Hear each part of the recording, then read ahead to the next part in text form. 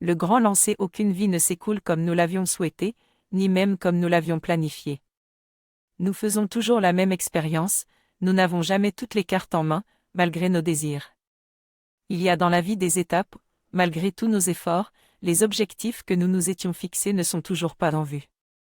C'en a toujours été ainsi, nous ne pouvons rien y faire. La Bible, elle aussi, en parle, et on y trouve même un conseil pour y faire face. Rejette ton fardeau, mets-le sur le Seigneur, il te réconfortera. Le psalmiste suppose que nous sommes écrasés par nos fardeaux. C'est pourquoi il nous recommande de ne pas nous y enfermer. Nous devons les rejeter sur le Seigneur. Que voilà une belle image. Nous ne devons pas simplement nous débarrasser de nos fardeaux, mais nous devons les relancer vers Dieu. D'après la Bible, nous sommes censés littéralement le viser en lui relançant nos fardeaux. Dans le verbe relancer, il y a à la fois la notion d'agression et celle de libération. Quand je jette une pierre au loin de toutes mes forces, je m'en trouve libéré. C'est ainsi, dit le psalmiste, que je dois examiner mes fardeaux, puis les lancer à Dieu.